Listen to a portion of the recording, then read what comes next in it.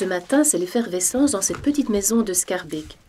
Le camion de la banque alimentaire vient de passer et les volontaires remplissent les étagères des denrées de première nécessité. Comme chaque mois, Kourov est venu se ravitailler. Il a quitté son pays il y a de nombreuses années déjà et son histoire est bien compliquée. Sans papier, sans argent, il n'a pas d'autre choix que d'accepter cette aide d'urgence. Je voulais entrer, demander asile, mais j'arrivais pas. Alors on devait aller chez la Croix-Rouge. Croix-Rouge, malheureusement aussi, a été pleine. C'est comme ça que je me trouve ici maintenant. Si ton cas est rejeté, tu dois sortir du centre d'accueil, vivre dans la rue parce que tu n'as pas de famille pour loger chez eux. C'est une question de comment dire en anglais, de life and death situation.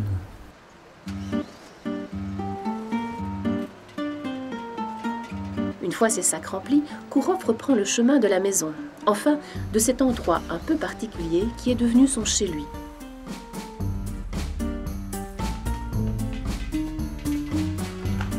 Une salle paroissiale où il a soigneusement disposé ses maigres possessions.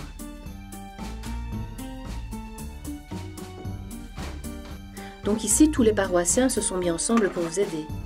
Je suis très heureux de voir les gens comme ça. Je pensais qu'on ne trouve pas les gens comme ça dans la vie, dans le monde d'aujourd'hui, mais je suis très heureux qu'encore il y a des gens sympas comme les catholiques de la paroisse. À l'unité pastorale du Schaerbeek, l'accueil fait partie d'une longue tradition.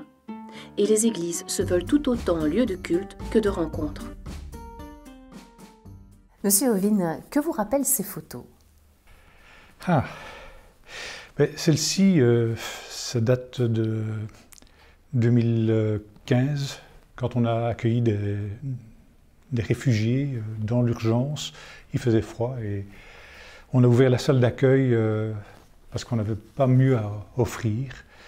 La commune nous demandait simplement un logement pour la nuit, pas pour la journée. Parce que à cette époque-là, on aurait été incapable de le faire. Alors on a fait ce qu'on pouvait. Donc, ici, c'est une occupation qui était plus ancienne, celle-ci. C'est en fait en 2010. Là, il était question d'héberger des réfugiés dans des casernes, mais les casernes n'étaient pas prêtes. Et du coup, le CPS nous a contactés en demandant « Est-ce que vous pouvez loger entre 20 et 40 réfugiés dans l'église ?» À l'époque, dans l'église, ce n'était pas possible. Dans les salles de fête, on l'a fait, mais ça a nécessité pas mal d'aménagements. Et justement, qu'est-ce que cette arrivée de migrants a représenté pour les personnes de l'unité pastorale? Ça a été très riche quelque part. Bon, ça a été très prenant, ça nous a pris beaucoup de temps, beaucoup d'énergie, mais en même temps, on a fait plein de rencontres, à la fois avec les migrants, à la fois avec des gens de l'unité qu'on connaissait moins, et à la fois avec des gens tout à fait extérieurs à l'unité. Il y a des gens pas croyants du tout, qui ont dit « Tiens, vous faites ça, on peut donner un coup de main ?» Voilà. Donc ça, je trouve vraiment très riche. Et on se rend compte là qu'on est au fond tous d'abord des humains. Et donc là, on travaille ensemble, avec chacun ce qu'il peut apporter. Vivre au jour le jour, constamment dans l'attente d'une régularisation, ne favorise pas le bien-être. Mais Kourov a une passion, le théâtre. Et l'atelier côté cours l'a accueilli sans poser de questions. Je suis très étonné comment... Ça fait 1 an qu'il vient à l'atelier. Au début, il ne parle quasiment pas.